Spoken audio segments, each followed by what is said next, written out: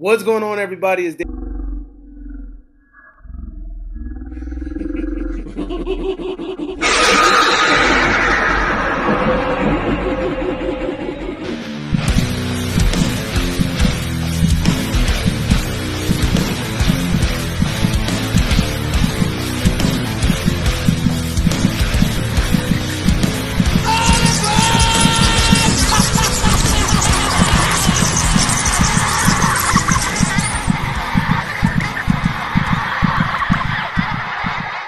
What's going on, everybody? It's Davey from the 80s, and you are now entering the Cinema Chop Shop. So park your ass right there. And while you're there, don't forget to hit the like, the share, the subscribe. And also, if you check the link below, you see a Patreon account. If you click it, you become a member. All you got to do is try to recommend movies and music and trailers we react to. So click the link. Now we're back at it again with day number 5 of In the Month of Madness, and we are bringing down the 2004 American remake of The Grudge. Now, I know in the last video I did the remake or the American remake for The Ring. So I was like, you know what? I might as well go ahead and do the remake for The Grudge as well, too. Now, I'm going to be honest with you. I did not see The Grudge. I just knew The Grudge was the girl that walked and did the spider walk shit down the staircase, just like the girl from The Exorcist. She ripped it off. She ripped off Reagan, whatever, right? But anyway, I digress. I've never seen this movie before, right? And I was told by my wife, hey man, this movie ain't that great. It's kind of boring. Didn't really like it. And I was just like, you know what? I gotta watch it for myself and see it. I know this movie is a remake, I believe, of a 2002 movie called Ju-on, The Grudge. Japanese, shout out to them. But it was cool that they actually brought back the director from that version, the original version, to America to go ahead and do direct this version. His name is Takashi Shimizu, right? And also this movie, if I'm not mistaken, it's produced by Sam Raimi, which is also freaking awesome.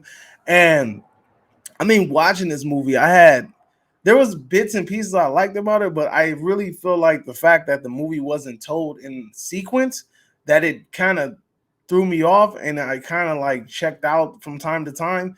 And then also I didn't like how the ending of the movie tried to rush and bring everything back together. But I digress. This movie is starring Takako Fuji, Sarah Michelle Gellar, Jason Bear, Candy Strickland, Clea Duvall, and Bill Pullman, right? And let's just go ahead and get into the nitty gritty. So basically, there is a house that has a curse that's been brought by some sort of pain and suffering and anger, right? And because of this curse just manifests and gets stronger in this house, and it destroys whoever comes inside of it. Now we have this woman who's like in a comatose type state, a vegetative state, and she's being taken care of by a nurse. And basically that nurse ends up getting consumed by this anger, right? And it just, more people come involved in this life, like these other two people come in and they get consumed by it, and then the other daughter or whoever she is, she comes in and she gets consumed by it, and everybody's just getting consumed by this curse. And that honestly, to me, like while I was watching the movie, that theme, that idea, that concept just became really repetitive. I wasn't really into that, right? Like it kind of bored the shit out of me, the fact that it was happening over and over and over again. And also the fact that it wasn't very upfront about the sequencing of said story, that also bothered me a little bit too. Because you have this event happening, you're just like, okay, so did this happen after? Did it happen before? Did it happen during? Like, when did this happen? And when you're watching the movie, you're really trying to put these puzzle pieces together. And I get it. If it was done a specific way, that I'm thinking in my head, if it was done a specific way, as like the ending is like a really big reveal, or hell, even if honestly the reveal at the end could have been introduced at the beginning, it wasn't some big ass reveal. I really feel like the context from the ending of the movie should have been put in the beginning so that we could kind of understand what's transpiring. Because did we really need the big reveal that there was this Japanese girl that was obsessed with her teacher, and because of it, her husband killed her, and then the teacher felt guilty and killed himself, or he killed himself because he was consumed by that curse or whatever the case may be? It just became kind of dumb that all of this stuff was hurry up and crammed at the end of the movie. And like I said, The Grudge and The Ring are responsible for all types of like Japanese movies getting the American remake treatment of, what is the other one that I'm thinking of? Dark Waters, I believe, and there's another one out there. But anyway, to the point. Um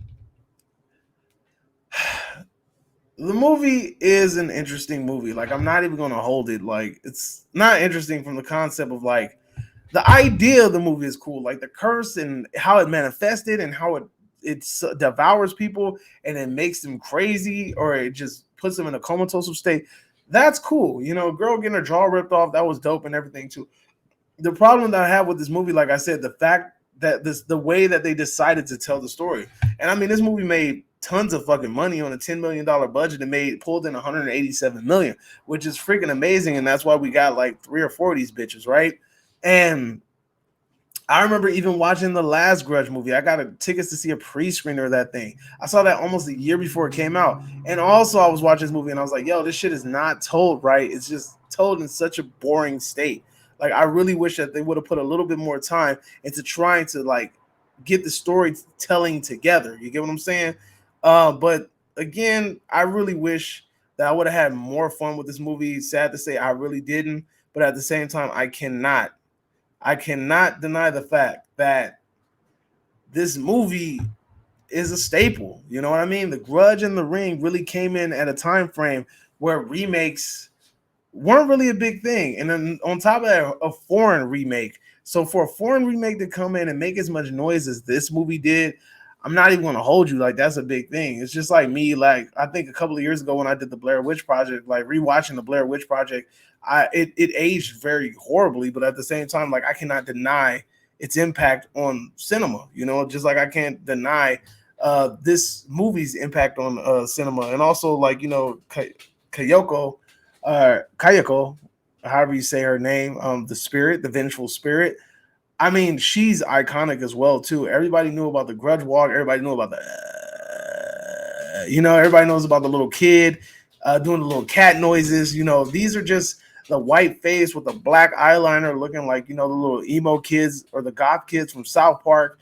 So, I mean, I cannot deny the Grudge's legacy in cinema. But what I will tell you is that movie doesn't hold up well, and I really want to watch the original, but I have to be in a particular mind state to watch subtitled films. Like, I love subtitled films, but I have to be in a particular mind state where I am completely, utterly devoted to diving into this movie, or else I'm not going to pay attention. I kind of like multitasking during movies, but at the same time, like, I really want to be able to like sit down and watch that movie and then tell you or tell myself if it's really good or not. I'm gonna rewatch.